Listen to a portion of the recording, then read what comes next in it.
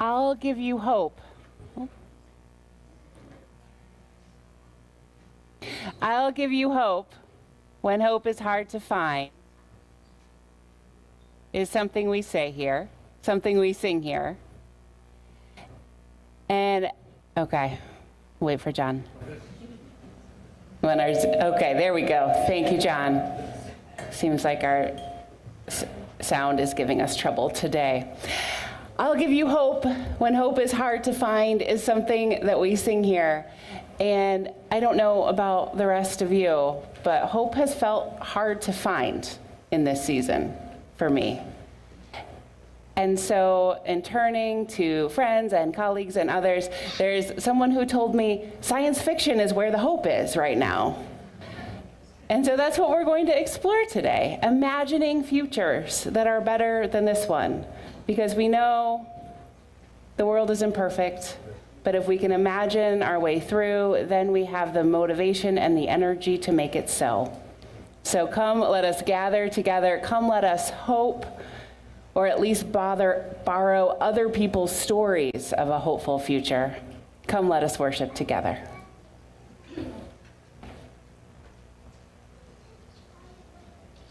Good morning.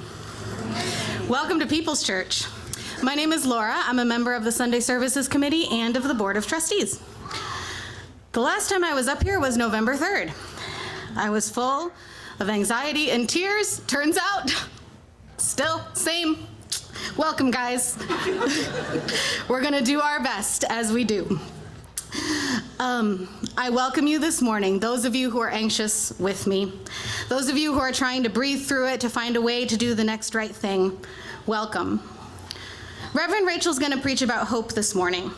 Maybe the word hope brings up Emily Dickinson for you, the idea of hope as the thing with feathers. This morning, I offer you instead this, posted by someone named Matthew to the social internet. People speak of hope as if it is this delicate, ephemeral thing made of whispers and spider webs. It's not. Hope has dirt on her face, blood on her knuckles, the grit of cobblestones in her hair, and she just spat out a tooth as she rises for another go. We're glad you're here this morning. May we rise together for another go.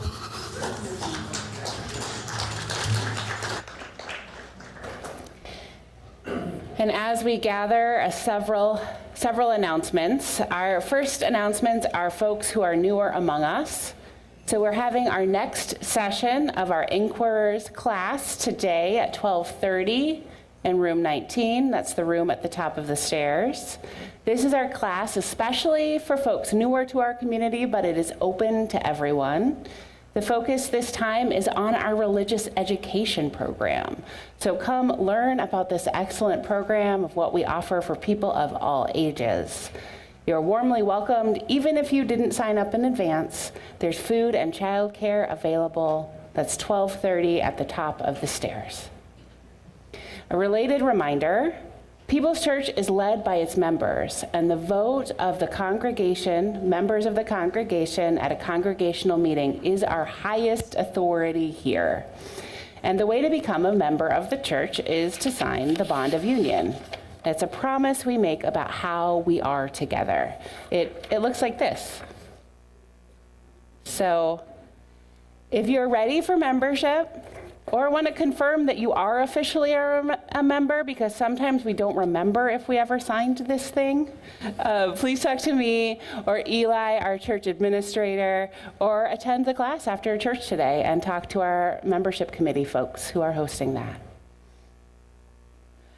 And now some announcements for all. A new after-service discussion group is starting today after the service. So this is a chance to have conversation about the topics raised in the service in at least a slightly more structured environment than in a huddle over coffee in the foyer. So this will start at 12:30 in room 9, which is the Buddha room, which is kind of directly behind me. So follow the hallways around. There's a big Buddha in the room. That's how you'll know you're in the right place.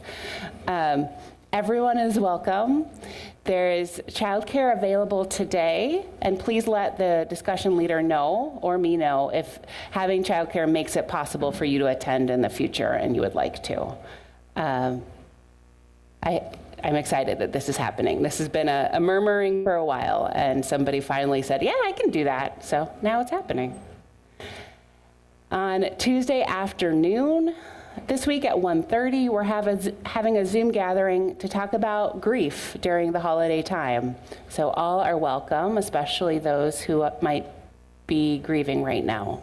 So it's at the same Zoom link as this Sunday service, 1:30 on Tuesday.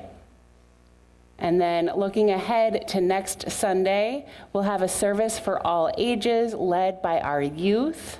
It's a service marking the winter solstice, and the instructions are to dress in your coziest clothes. So I invite you to come and be cozy as we celebrate the solstice next week. And after the service next Sunday at 2, singers of all abilities will be gathering in the church parking lot to then go caroling to some church folks. It's a fun time, and I encourage you to join in. Okay, now let us rise in spirit or in body and sing.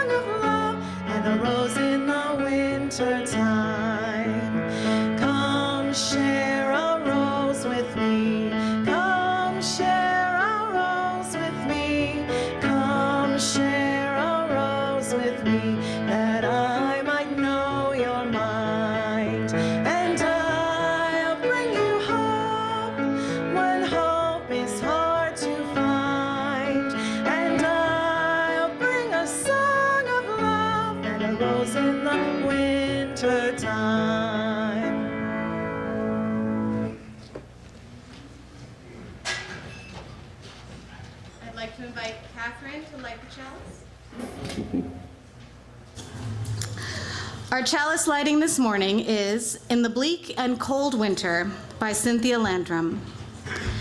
In the bleak and cold winter, we gather ourselves in to light the fire, to warm our spirits, to kindle the flame of love and hope.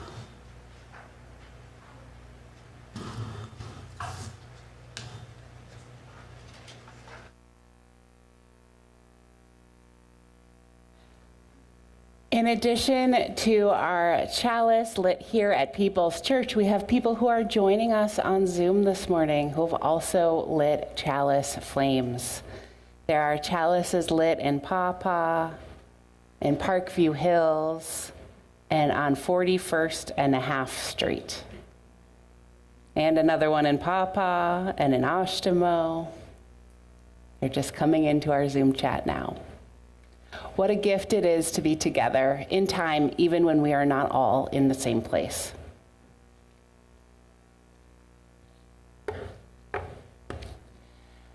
I'd now like to invite our children to join me up here for a conversation.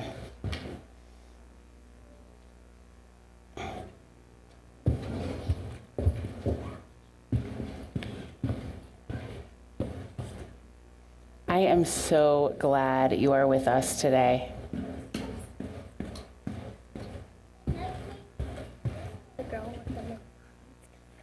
You know, whatever cup you need to bring to get you to church today, whatever you need. Yeah. I'm glad you're here, Ollie. So, with the grown-ups today, I'm going to be talking about the power of hope and the power of imagination. And I bet a lot of you guys are kind of the experts on imagination in this room.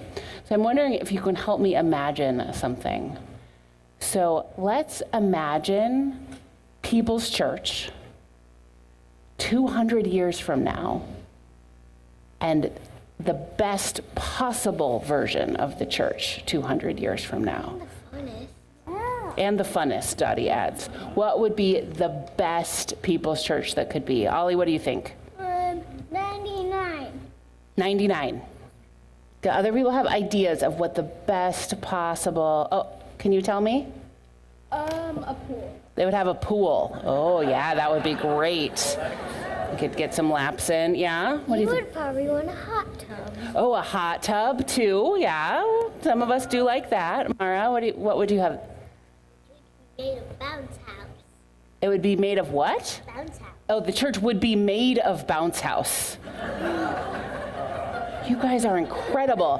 What do you think? Because you're funny. Possible situation. We would probably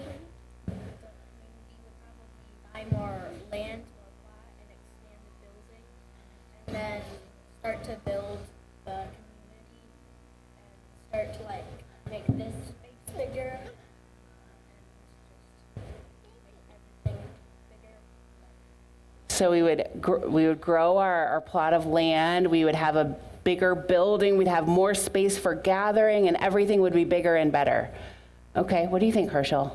I will make it have more plants. More plants? I love that. Okay, we've been talking about the building. What about the people, or what the people do in the best possible imagining of 200 years from now? Gigi, what do you think? Oh, I can't hear you. Okay, you're still thinking. You let me know when you know. What about you, Dottie? Art. It would be full of art. People would do lots of art here. What do you think? How about a trampoline? Also a trampoline. Okay, yes. I love this. I was talking about this conversation with one of the grown-ups earlier, and they said if the kids get all this fun stuff, that there should be a playground for grown-ups too, which I think we need. What about you, Gigi? What do you think?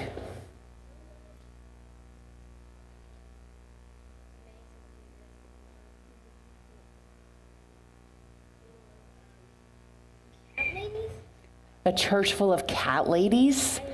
That sounds awesome. I love that vision. I love it. Lots of cats going on. And maybe cat people of all genders. There'd be a room full of cats? Wow. Okay. What's your vision? Zip line. A zip line. Wow. Okay, we're talking a lot about the physical structure. What about things that the church would do in the best possible future, the people would do? What about Herschel? What do you think? Take more walls. More what? Paint more walls. We'd paint more walls. So there's a lot of artists here. This church would be a center for art. What about you, May? I think more people. Oh, there could be more sweets. Oh, would we have lots of meals together? Yeah, and they'd be delicious. Giant table for feast. A giant table for feasts. I love that. McDonald's. Or McDonald's. Okay, all kinds of feasts. We're going there. You're going to McDonald's? That's a very exciting thing. I'm gonna do. We just got McDonald's. You guys did. Yep. What I'm gonna do there. Okay, we're gonna not talk more about McDonald's. Any more visions for People's Church? Yes. There'd be feasts, and the feast would include tuna for cats? Yes. It's important for the cats to also be feasting. Herschel? There will be a giant table for everyone to snack on. A giant table with snacks for everyone. That sounds great. Other ideas? Dogs. And dogs. More of a dog person. Oh, you're more of a dog person. So maybe there'd be a separate zone for the dogs and the dog people, and a cat zone, and maybe a place for other people who don't want either of those animals, and then maybe another zone for other animals and other people. Yeah? What do you think? And milk for the kitten. And the kittens should also have milk if they want it. That's a good point. Okay, one final idea. And pills. Some people are allergic. Oh, yes, and we should have a big stock of allergy medication in case people need that. I love that. So it's a place for all beings to come and feast together and be together, and there's room for everyone. I love that vision, you guys. And there's bounce houses and trampolines and lots of ways to move our body and create art together. Do you have one more idea? Yeah. Laser pointers.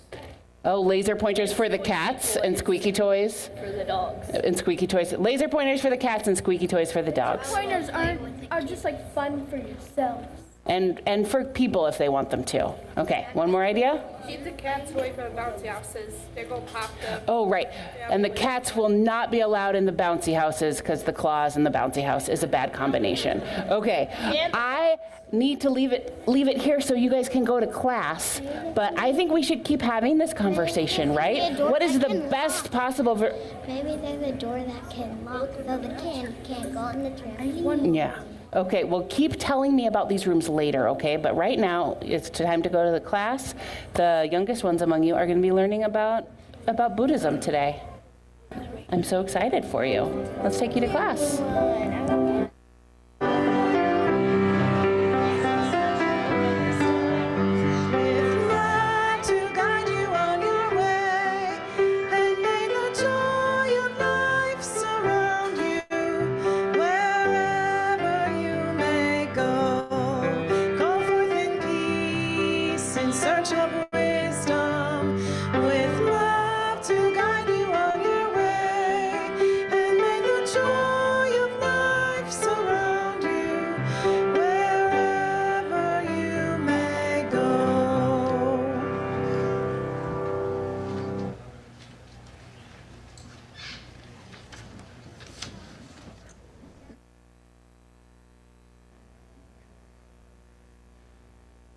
People's people are generous people, and they are generous in so many ways. Our music program is such a gift to our community. Our music staff who can do things like when I say, I think we need Star Trek music this Sunday, they can find it and make sure it gets to our AV team. To our choir who has already sung once and is about to sing again. And I have been told that this particular choir is doing a sort of time travel. So maybe they found a wormhole, that's the right word, right? Yeah, a wormhole, and came here because a week ago, the plan was that they would sing the song that you're about to hear, but snowstorms and rehearsal schedules and everything got in the way. And so we're hearing it today. It's like they came from the past or something to sing it in this moment. And so this is a song that has both Hungarian and English that was written to be sung by Hungarian and English-speaking Unitarian choirs together. But they also are magic because they learned at least enough Hungarian to pronounce the words in this song, which is no easy feat. So let us enjoy, and I invite you to give as generously as you're able to support the good and important work of this congregation.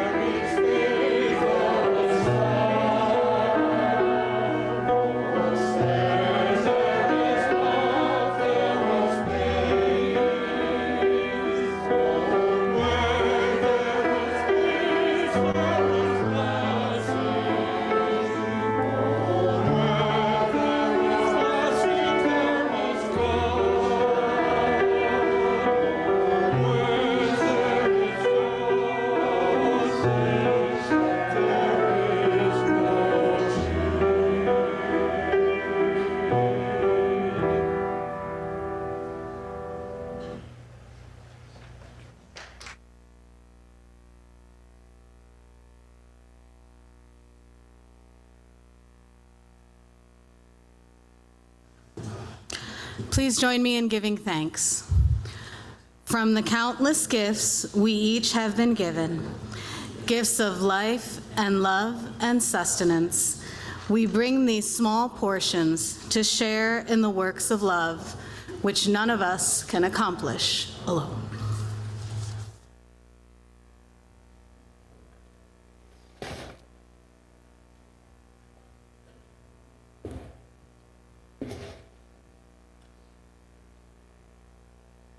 This is a community that supports one another in good times and in hard times. One of the ways we do this is we take time when we gather to lift up the joy and sorrow and other milestones of our lives. So if you have something you wish to share with our wider community today, if you're on Zoom, I invite you to type it into the chat box. If you're here in person, I invite you to come forward, place a stone in our bowl of water, and then speak briefly if you so choose, and remember to tell us your name. Now I place a few more stones for all of the joys and sorrows we're holding quietly in our hearts today, the joy and sorrow in our wider community and our wider world.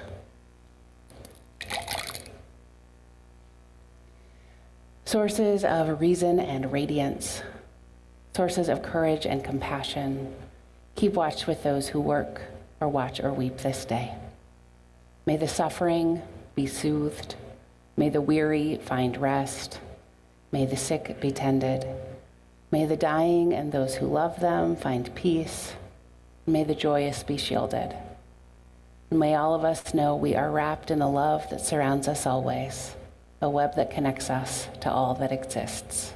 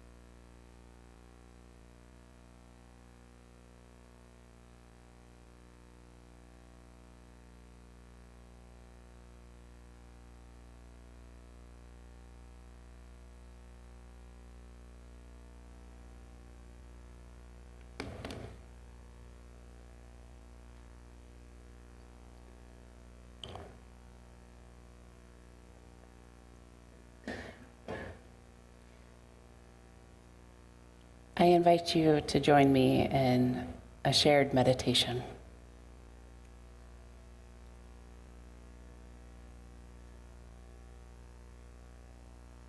We imagine a path.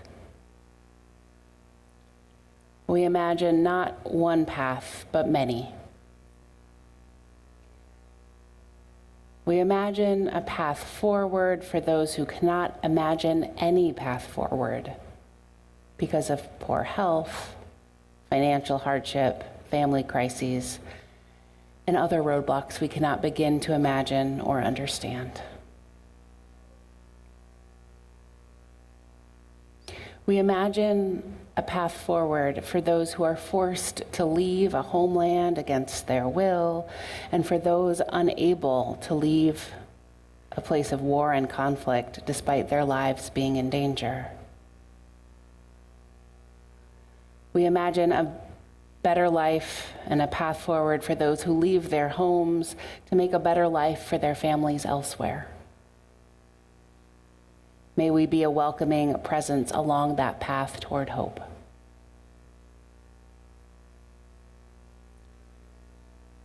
We come together to imagine a path forward for those of us despairing because we do not seem to know our country nor our neighbors, despite the fact that we have not moved at all. May we be the good we are hoping to find as we travel side by side down the path towards hope. We imagine a path forward for those who feel lonely at this time of year.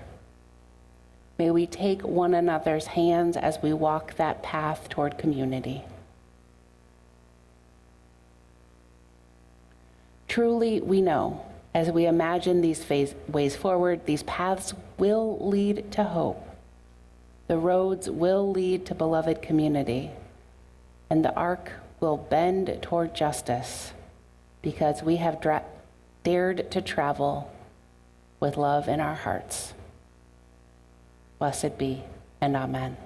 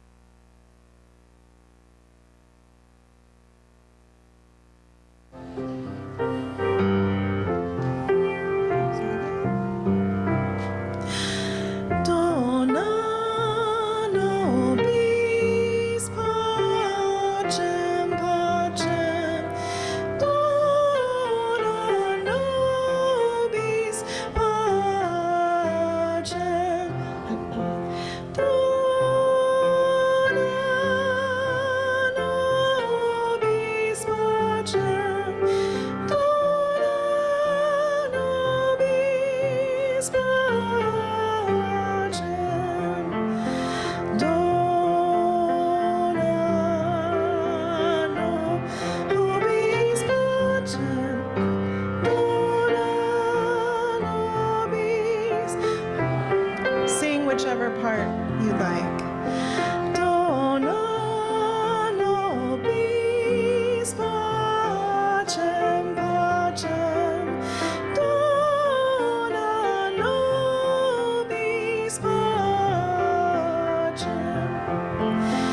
Dona nobis pacem.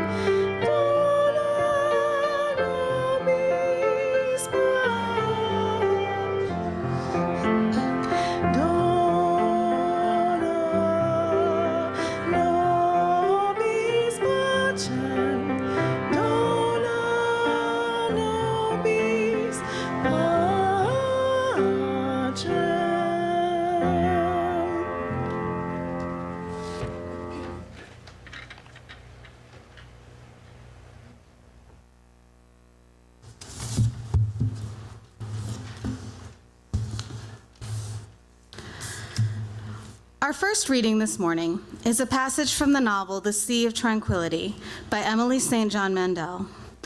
Olive, an author and resident of the Moon, is wrapping up a book tour lecture in the year 2203.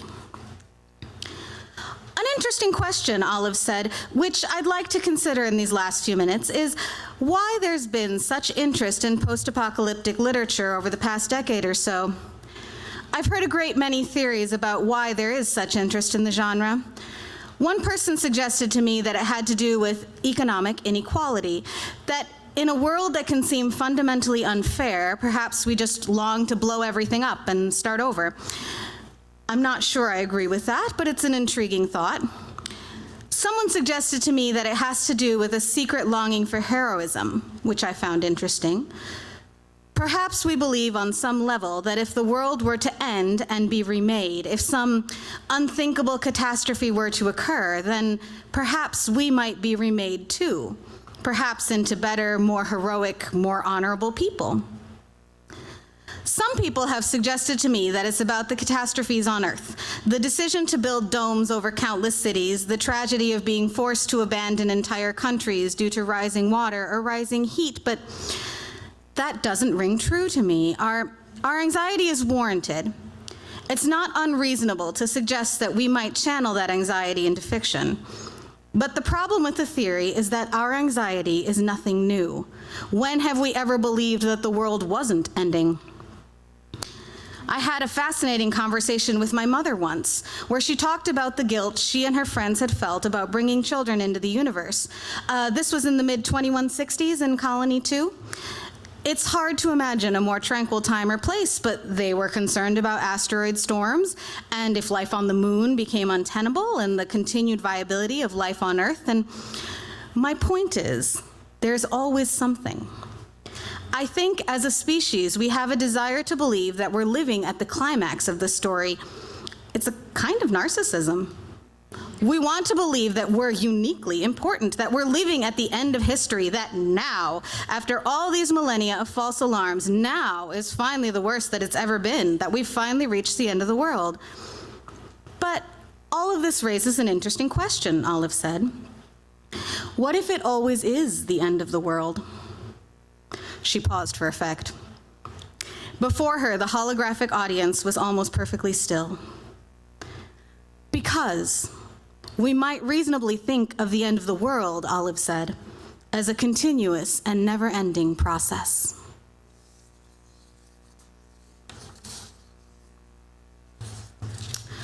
Our second reading is from the introduction to Octavia's Brood, Science Fiction Stories from Social Justice Movements, edited by Adrienne Marie Brown and Walida I. Marisha.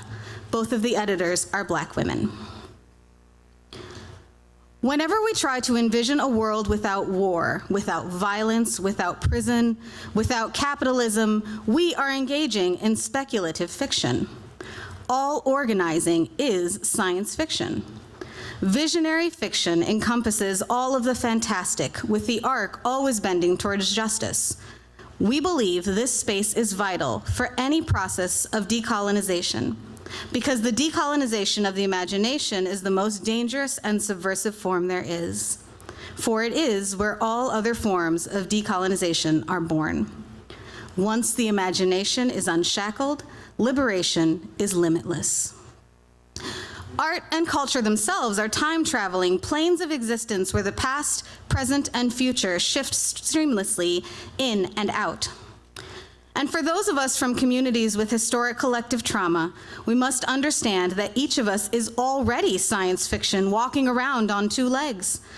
Our ancestors dreamed us up and then bent reality to create us. As two Black women, we think of our ancestors in chains, dreaming about a day when their children's children would be free. They had no reason to believe this was likely, but together they dreamed of freedom, and they brought us into being.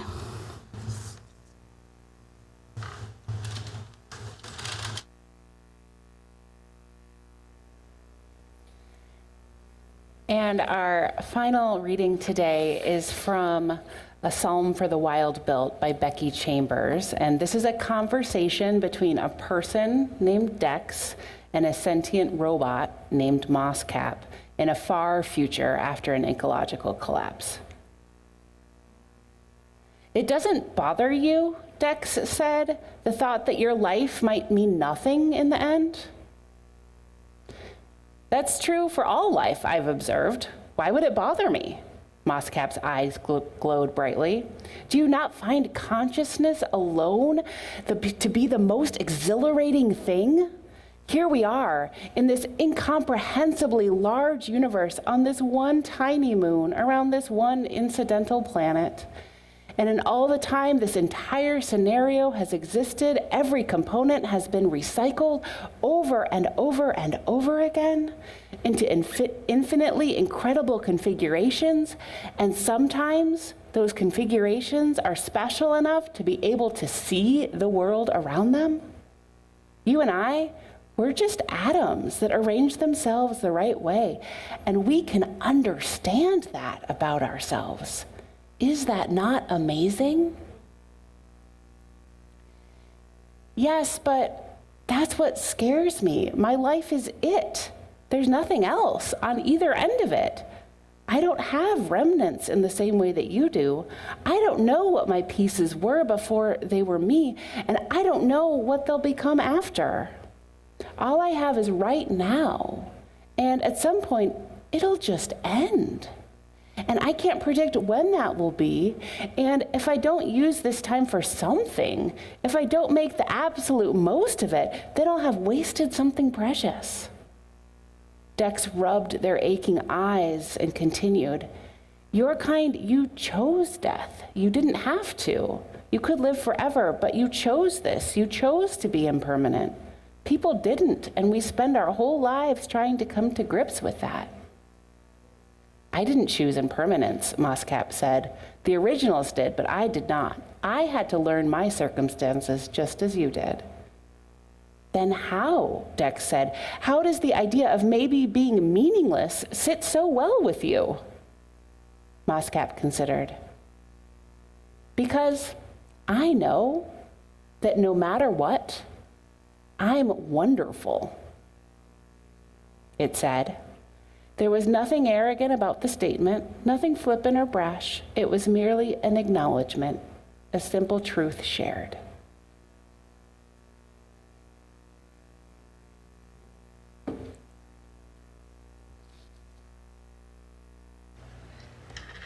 I invite you to do a stretch upward, find a comfortable singing position, and we'll sing together.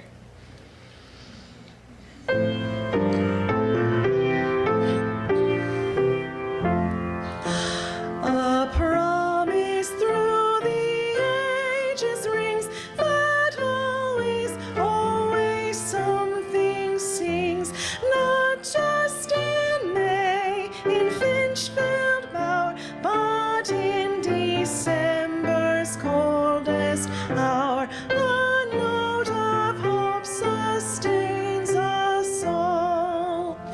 A life is made of many things, bright stars, bleak years, and broken rings. Can it be true that through all things there always, always something sings? The universal song of life, entombed within our deep despair. Our pain seems more than we can bear, but days shall pass, and nature knows that deep beneath the winter snow, a rose lies curled and hums its song.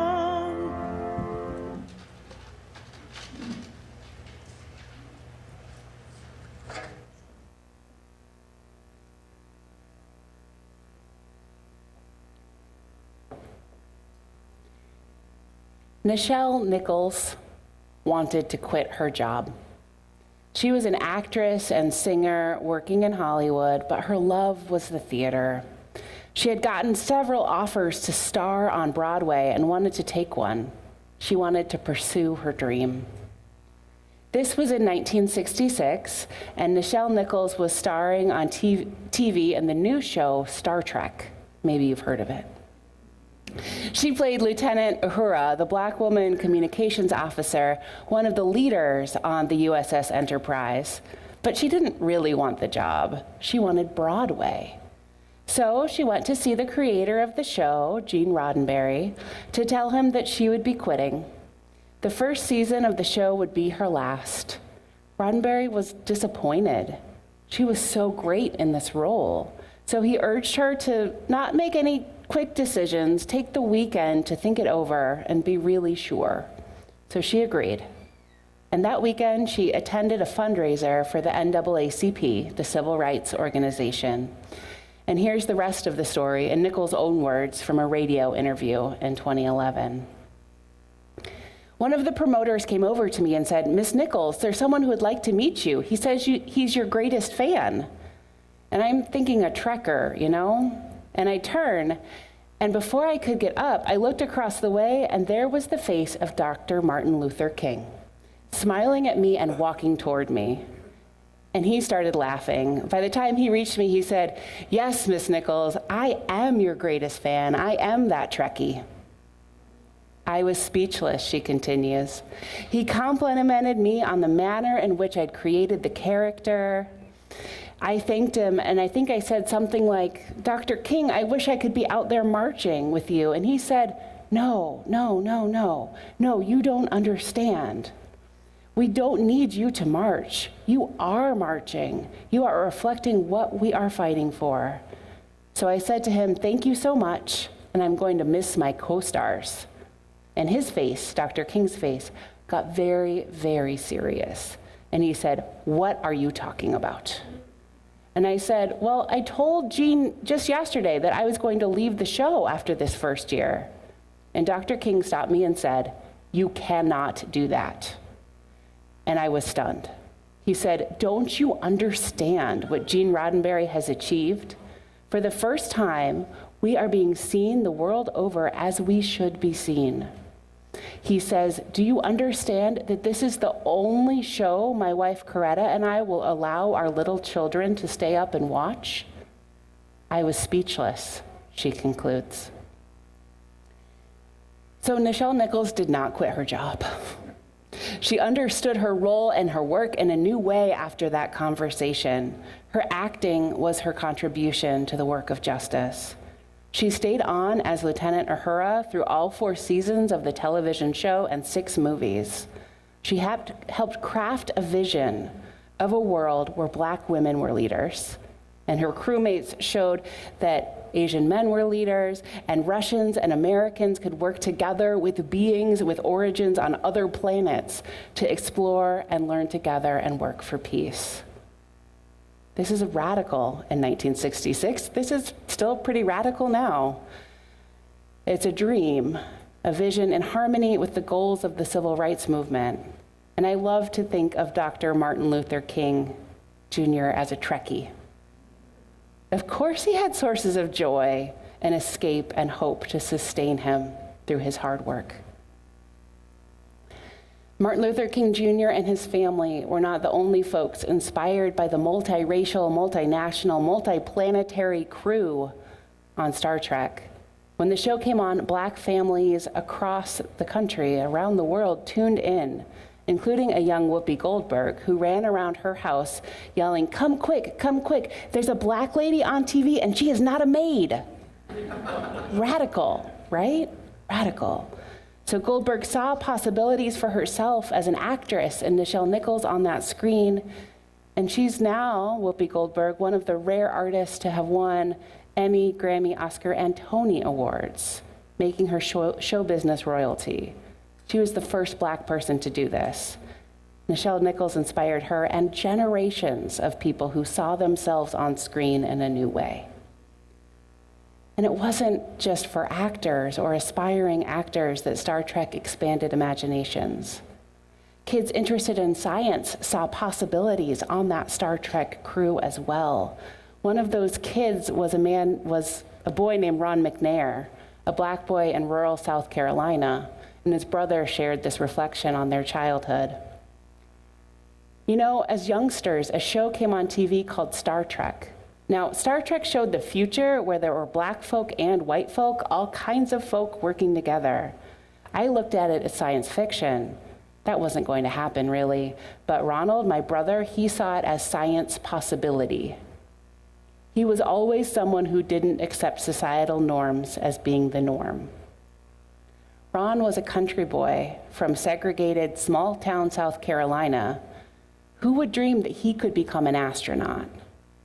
But it was his time, and he got to be aboard his own Starship Enterprise. Ron went on a space flight in February of 1984. When he went out into space and he looked out at the world, he saw no lines of demarcation. It was a world of peace. Ron McNair became the second Black astronaut, and Nichelle Nichols helped him imagine possibilities for himself. And she also helped him get the job. So in the 1970s, Nichelle Nichols worked for NASA in recruiting. She was deeply involved in recruiting many of the first people of color and the first women of color into the astronaut corps. Her fictional role created a lived reality. So these names we know, like Sally Ride and Mae Jemison and Guy Bluford and Ron McNair, were all part of the people that she recruited into NASA. So many people saw themselves in different ways in Lieutenant Uhura and her castmate, crewmates, and reached for the stars. So Star Trek is a powerful example of the power of science and speculative fiction. but it is not the only one, obviously. In recent months, I have been struggling with hope, given everything. What is there to be hopeful about? So I've been finding hope in speculative fiction. I'm not really a Trekkie, much to my husband's disappointment, but I appreciate it.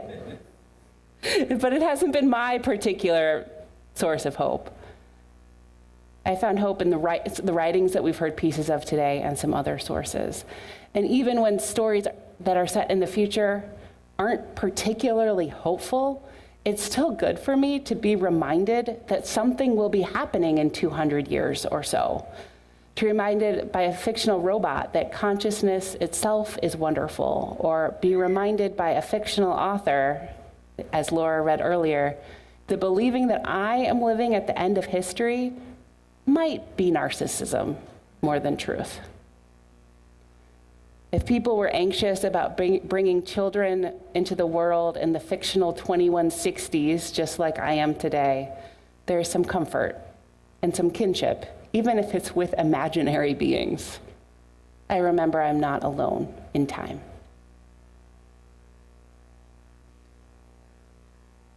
Stories help me when hope is hard to find. Maybe they can help you too. This practice of imagination is powerful, and sometimes when our imaginations need to be supported by the work of others. And there's so much creative storytelling happening. So solar punk is a subgenre of speculative fiction that imagines our way through a climate crisis. Hope punk stories are intentionally hope-giving, not utopian, but hope-giving. And there are many writers writing powerful speculative fiction that imagines our way through various forms of oppression.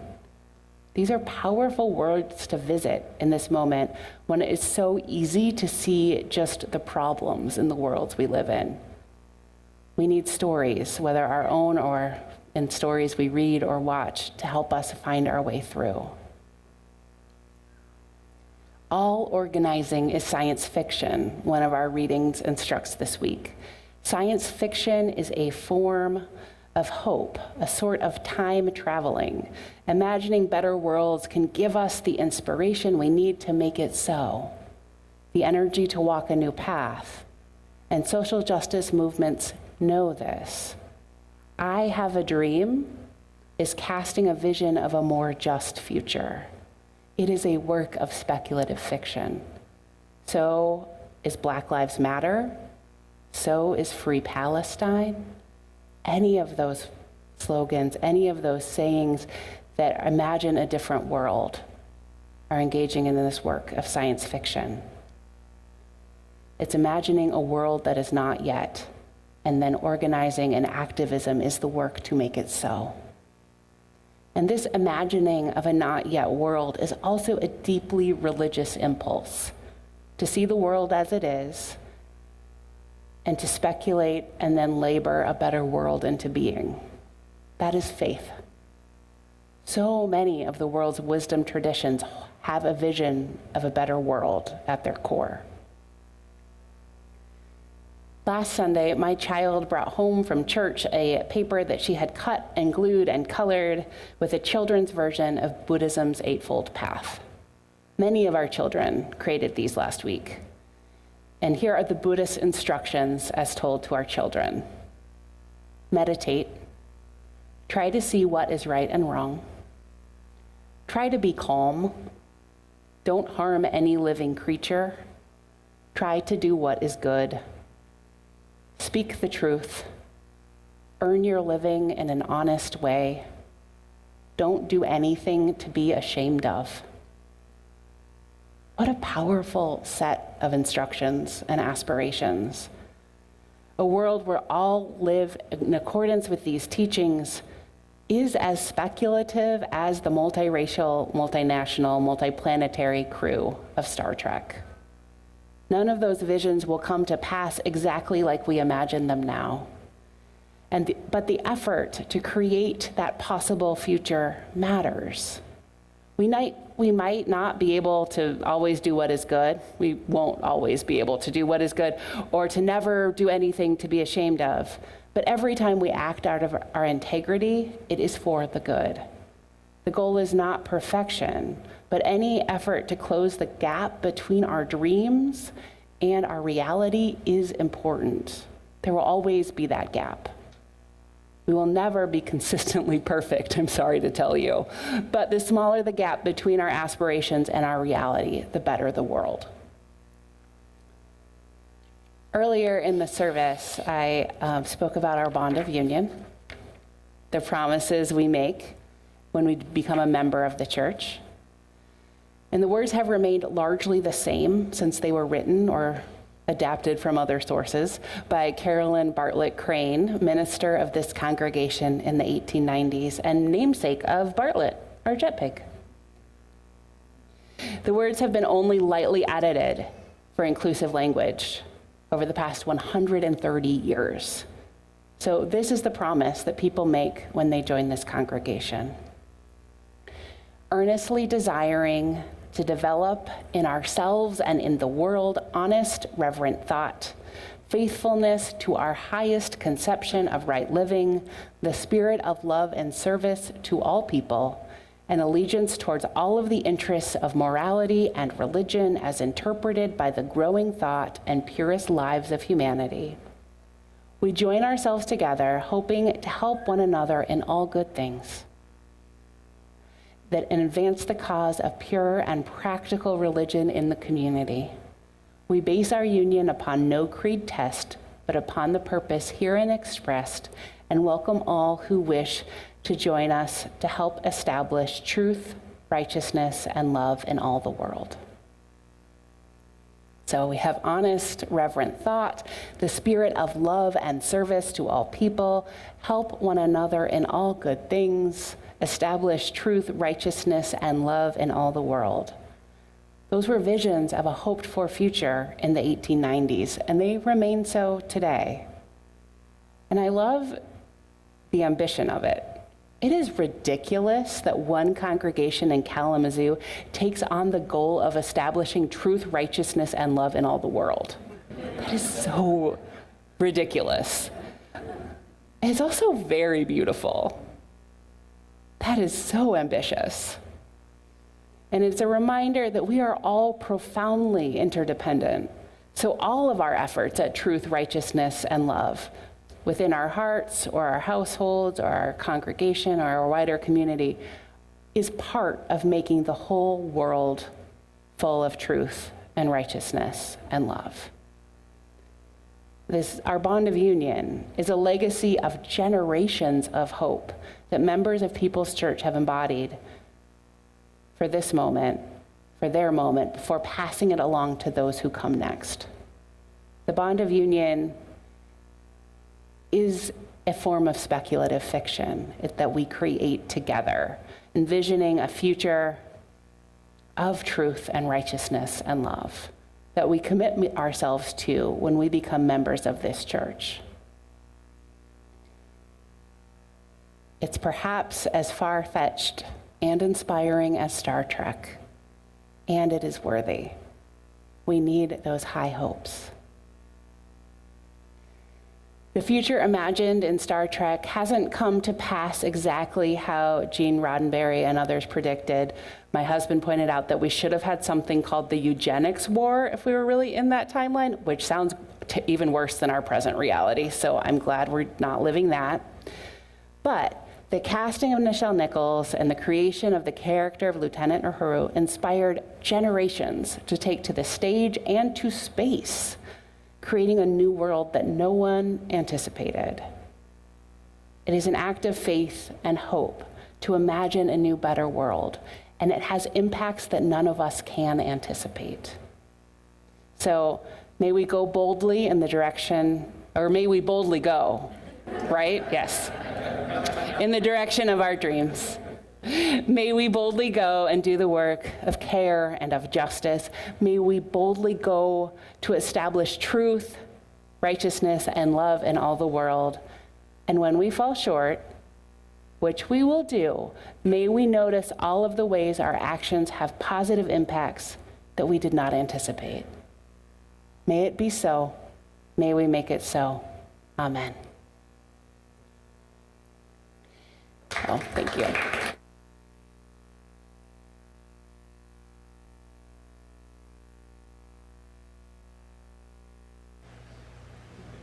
We're making sure we have the right number of verses. Yes, we are. And this song has its roots in enslaved Black folks on this continent. And this is a song that imagines a future.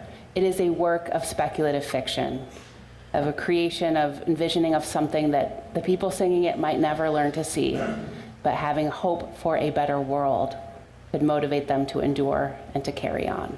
So let us step into this powerful legacy and sing this song. Yes, please rise and body your spirit, and we'll do that together.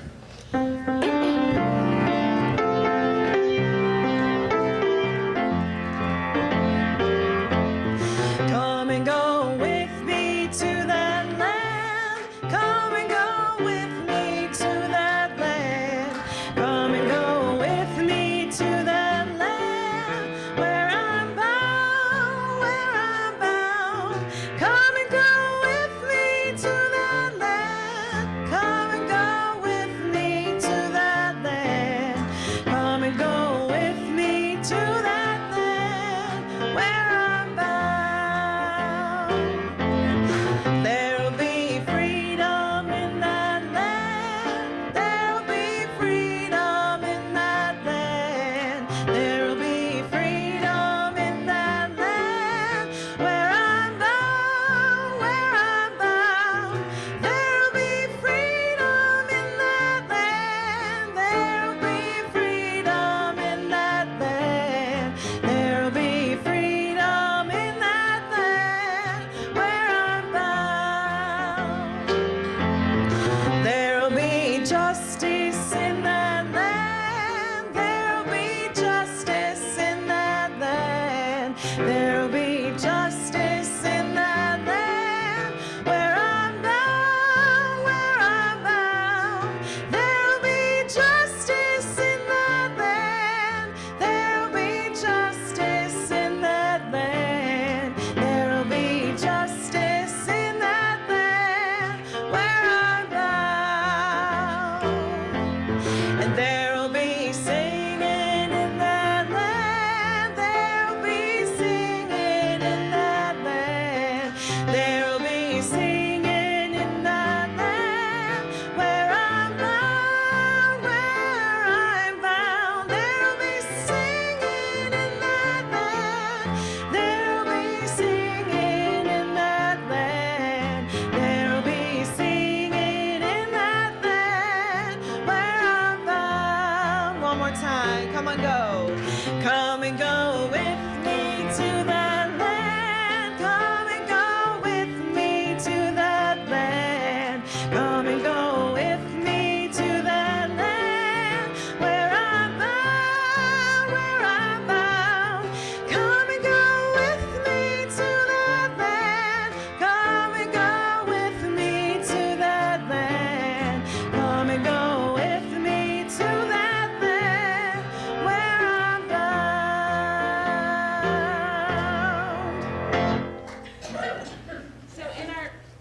In our song, we just casted a vision of a world of justice and freedom and singing.